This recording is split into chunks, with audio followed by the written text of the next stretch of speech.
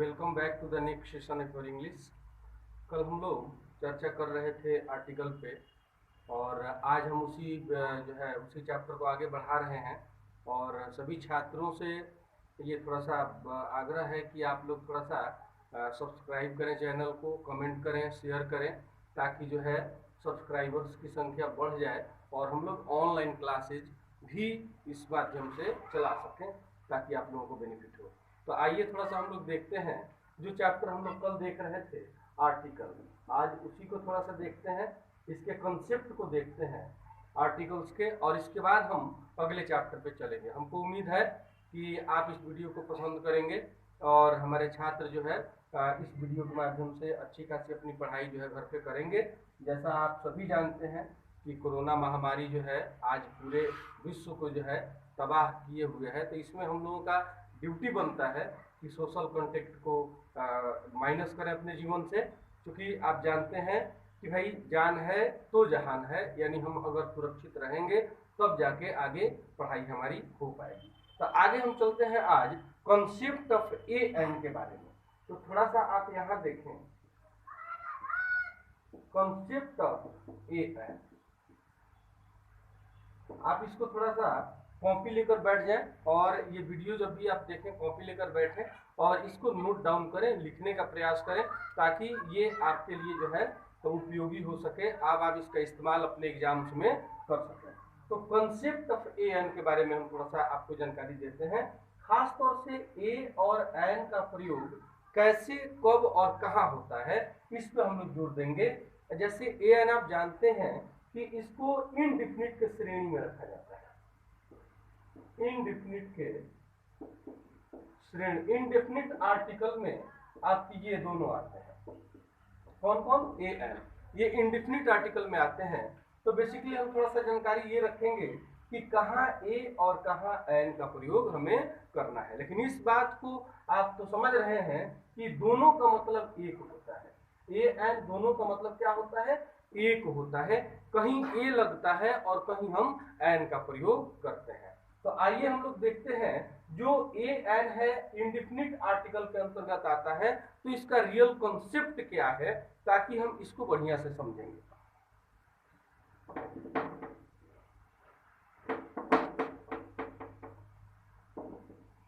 Concept देखिए, अगर हम ए का प्रयोग कर रहे हैं तो बेसिकली हमको ये ध्यान में रखना है कि ए वहां लगता है। एक तो आप ये समझ लें कि सिंगुलर नाउन के पहले हमको ए का प्रयोग करना है। अगर हमको सिंगुलर दिखता है, एक वचन दिखता है, तभी हम ए का प्रयोग करेंगे या तभी हम एन का भी प्रयोग करेंगे। जैसे आप देख रहे हैं, जैसे कुछ एग्जाम्पल्स आप यहाँ देखेंगे।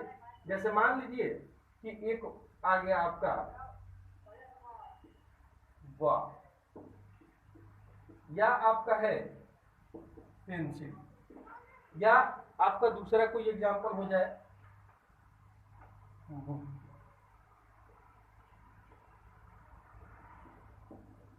यहां आप क्या देख रहे हैं कि पहला लेटर जो है वो बी है, यहां पहला लेटर पी है और यहां पहला लेटर पी है। बात हमको ये नहीं है कि ये पहला लेटर क्या है, सबसे पहले हमको इस बात पे ध्यान देना है कि ये जो पहला लेटर है इसका उच्चारण क्या है, इसका साउंड क्या है, इसका प्रोनाउंसिएशन क्या है। तो इसको अगर हम हिंदी में लिखते हैं तो लिखेंगे वाह, इसको लिखेंगे पेंसिल।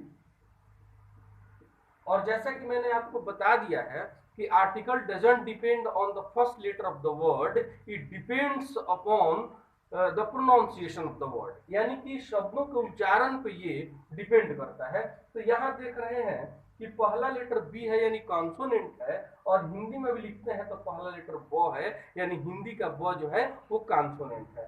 तब जाके हम इसके पहले क्या लगाएंगे, ए लगाएंगे। यहाँ भी वही स्थिति बनती है तो ए लगाएंगे। यहाँ देखिए बी है, कॉन्सोनेंट है, अगर इसको हिंदी में हम लिखते हैं तो बुक ऐसे लिखते हैं, तो ये पहला जो वो आता है वो हिंदी का कॉन्सोनेंट है, अतः इसके पहले हमको ए का प्रयोग करना है। आप इसको आसानी से जो है लिख लें।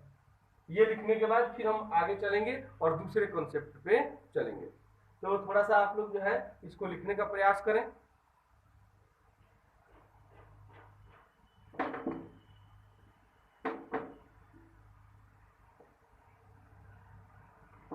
आगे चलिए, एक तरह से और हम एक कंसेप्ट आपको सिखाते हैं। अगर मान लीजिए कि 3 एग्जाम्पल यहाँ दिए गए हैं, इस बात का आपको ध्यान रखना है कि सिंगुलर नाउन के पहले ही हमें ए एन का प्रयोग करना है। यह सिंगुलर हो, एक और केवल एक हो। जैसे मान लीजिए कि एक शब्द आपका यहाँ आ गया,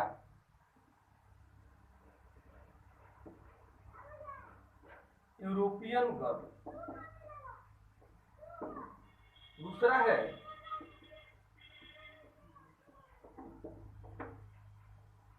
यूनिक साइट, और तीसरा है आपका वन एक्ट प्ले।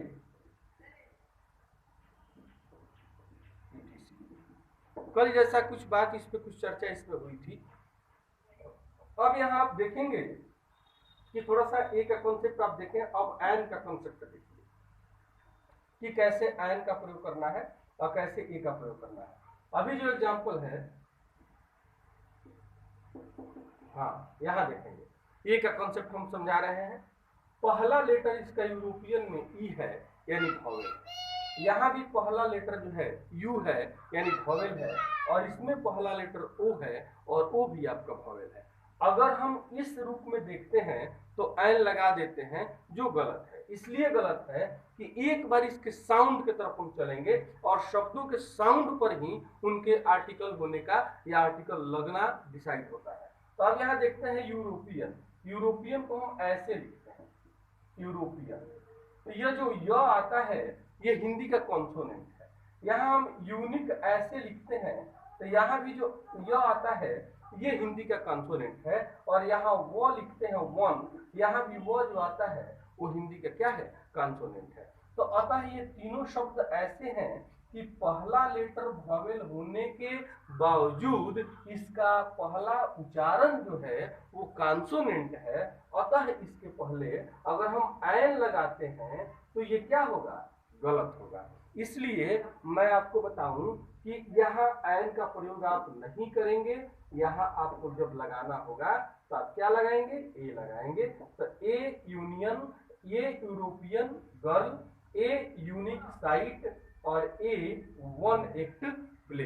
तो इस तरह से आप लोग थोड़ा सा ध्यान देंगे और इसे इसमें सीखने का प्रयास करेंगे। तो इसको आप लोग थोड़ा नोट डाउन कर लें, लिख लें, और इस तरह से बहुत सारे प्रैक्टिस सेट होंगे आपकी किताब में, जहां जाके आप इसको आराम से प्रैक्टिस कर सकते हैं, बना सकते हैं।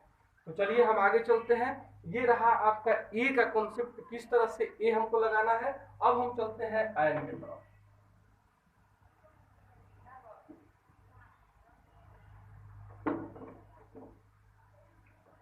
एन का कॉन्सेप्ट हम देख लेते हैं थोड़ा सा। एन में क्या होता है कि फर्स्ट लेटर वॉवेल हो और उसका प्रोनाउंसिएशन भी वॉवेल हो, यानी उसका उच्चारण भी क्या हो, वॉवेल हो। तो पहला लेटर हमें वॉवेल चाहिए और उच्चारण भी हमको वॉवेल चाहिए। जैसे मान लीजिए ELEPHANT एलिफेंट, या आपका EGGA, या आपका ओनियन, ETC। एक बात पे और आप ध्यान देंगे कि अगर एलिफेंट में कहीं से एस दिख जाए तो ये सिंगुलर नहीं रहा, और सिंगुलर नहीं रहा तो हमें ए का प्रयोग या एन का प्रयोग नहीं करना है। अतः यहाँ पे सिंगुलर होना बेहद जरूरी है। तो अब इसमें देखते हैं कि पहला लेटर ई है, इसमें भी पहला लेटर ई है, और इसमें पहला लेटर ओ है, यानी तीनों में ई है और ओ है। इसका मतलब है कि ये तीनों शब्द जो हैं वो वॉवेल से शुरू हैं। अब इसका एक बार हम लोग उच्चारण करके देखते हैं। तो इसको लिखते हैं एलिफेंट, एलिफेंट, और इसको लिखते हैं एग, इसे लिखते हैं ओनियन, ओनियन। तो यहाँ देख रहे हैं कि तीनों शब्दों का हिंदी उच्चारण जब हम देखेंगे तो तीनों में वॉवेल आता है। इसमें ए आता है तो हिंदी का वॉवेल है, इसमें ए आता है तो हिंदी का वॉवेल है, और ये इसमें भी ओ आता है तो ये हिंदी का क्या है, वॉवेल है, यानी स्वर है। अतः इसमें हम ए का प्रयोग नहीं करके एन का प्रयोग करेंगे। इस तरह से आप एग्जाम्पल को बनाएंगे। तो ये ठीक है, इस तरह से आप इसको लिख लेंगे और इस पर प्रैक्टिस करना आपकी जिम्मेदारी है, आप प्रैक्टिस करते रहेंगे। चलिए आगे चलते हैं और एन का एक और कंसेप्ट आपको देते हैं हम, उसको थोड़ा देखते हैं।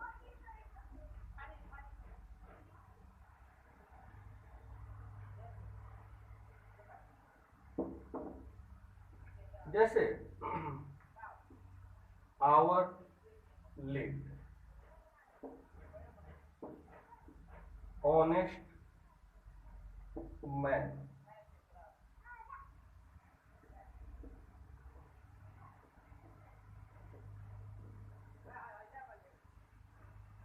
Honourable person, etc। अब आप यहां थोड़ा ध्यान दीजिएगा, यहां क्या है कि ये तीनों वर्ड्स आपको दिख रहे हैं, hour late, honest man, honourable person. पहला लेटर इसमें एच है, तीनों में पहला लेटर एच है, लेकिन इसका उच्चारण हम देखते हैं और उच्चारण करते हैं, प्रोनाउंसिएशन इसका देखते हैं। प्रोनाउंसिएशन क्या है, तो इसको हम लिखते हैं आवर, इसको हम लिखते हैं ऑनेस्ट, इसको हम लिखते हैं ऑनरेबल, ऑनरेबल।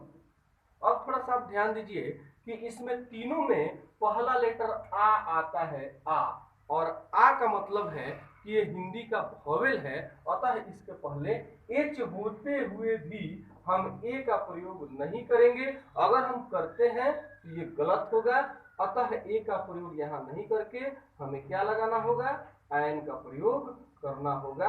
तो ये तीनों में इस तरह से एन का प्रयोग हो गया, an hour late, an honest man, an honourable person. तो इन सब चीजों पे थोड़ा सा विशेष फोकस हम लोगों को करना है, देखना है और विशेष रूप से इसको क्या करना है, समझना है। तो इन सब चीजों को थोड़ा आप प्रैक्टिस करेंगे, किताब उठाएंगे, पढ़ने का प्रयास करेंगे। थोड़ा सा ए एन का कंसेप्ट और भी है, उसको हम थोड़ा देख लेते हैं। आइए हम लोग आगे चलते हैं।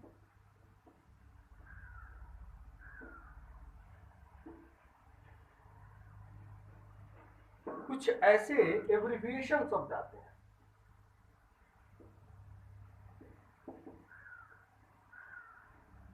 एब्रिविएशंस का मतलब है